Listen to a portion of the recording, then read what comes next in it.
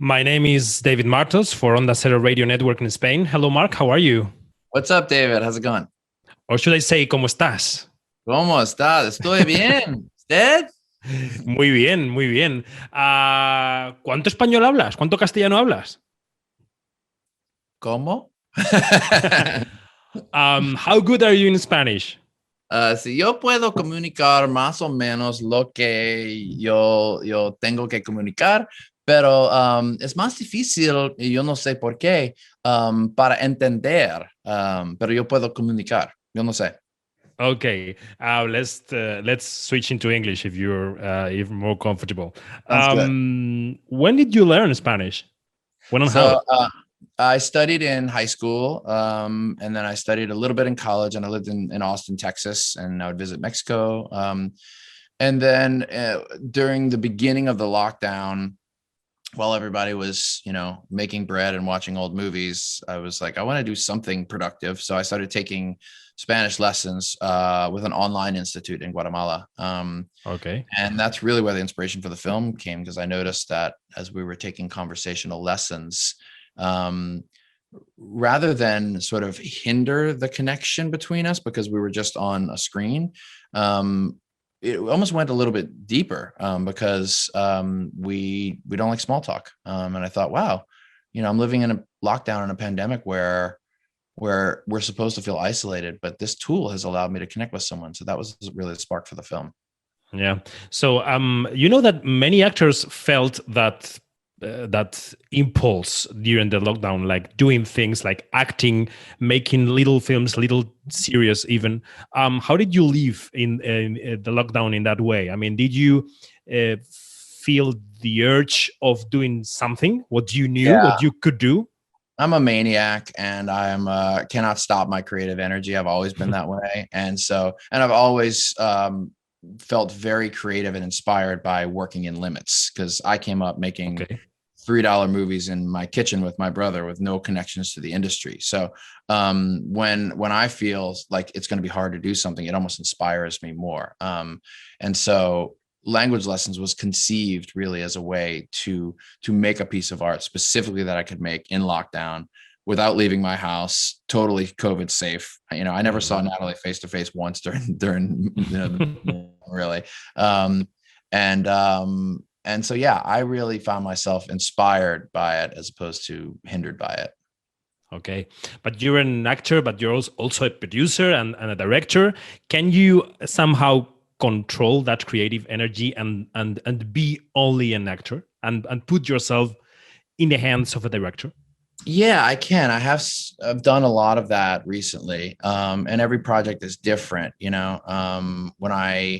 When I go and work for a director with a traditional script, and I'm not involved as a producer, like the morning show on Apple, I just show up and I do my job, and that's great. In this case, this was a project where I called Natalie and pitched her the idea, and it was produced by our company, and we just, I told her, I was like, look, I'll just pay for the movie.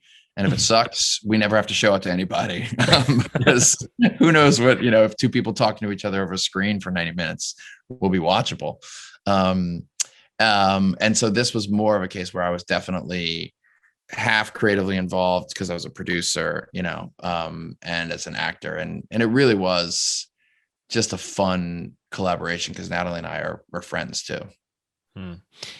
Where's the joy or the pleasure in switching the scope of the projects you work on? I mean, from going to the set in the morning show or doing this little film. I mean, there was a lockdown, but you know what I mean.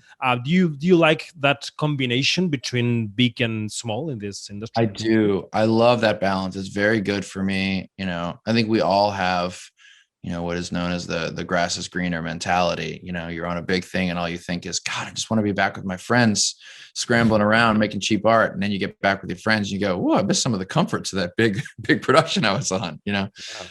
So it's healthy for me to do that.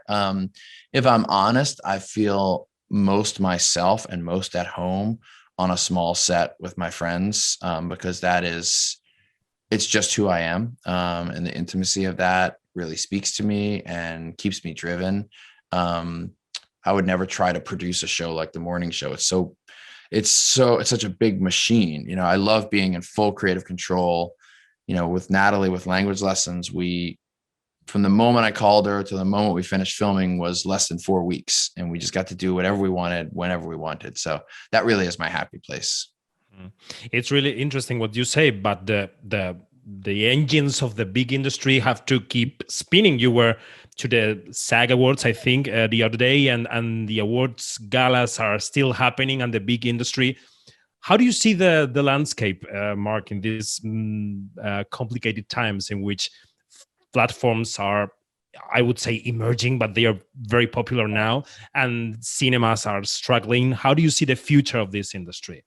You know, I don't have a crystal ball for that, and I don't pressure myself to do that because it's not something I'm particularly good at, and it's not really my job. The way that I look at this industry and the way I've always looked at it is that I'm very lucky to be here, and that's not a false humility. You know, again, I came from nowhere with no connections, and so you know, there are a lot of peers of mine who feel that, you know, the streaming platforms have come out and they have ruined a traditional cinema environment, and they are robbing so many people and future generations of the ability to see movies in the cinema.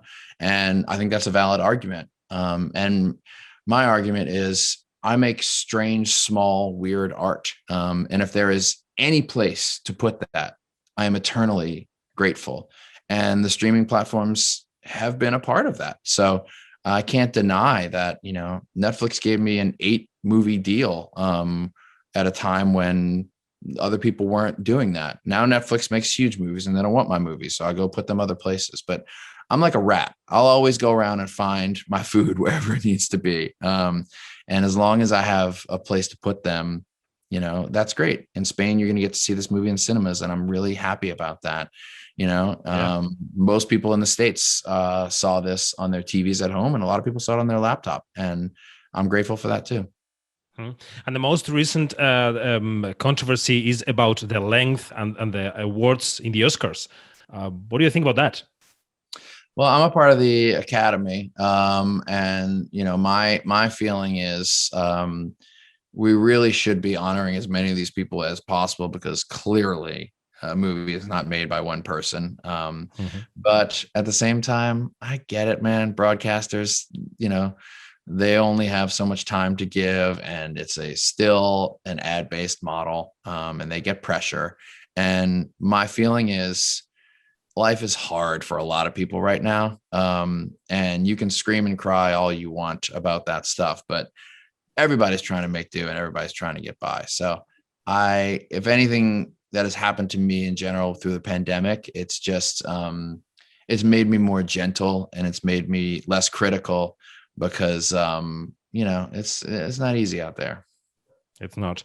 I think we have time for one more. Sure. What's in store for you this year? What's in store for this 2022? So many fun things going on. We have we made a documentary about Tony Hawk, the incredible skateboarder. That's going to be coming out on HBO in a few months. During the pandemic, we actually wrote and produced quite a few small movies and even some small TV shows. So we're finishing all those things up. I'll go back to the morning show season 3 in the fall. That's a big jump in my year, and I definitely still enjoy doing that.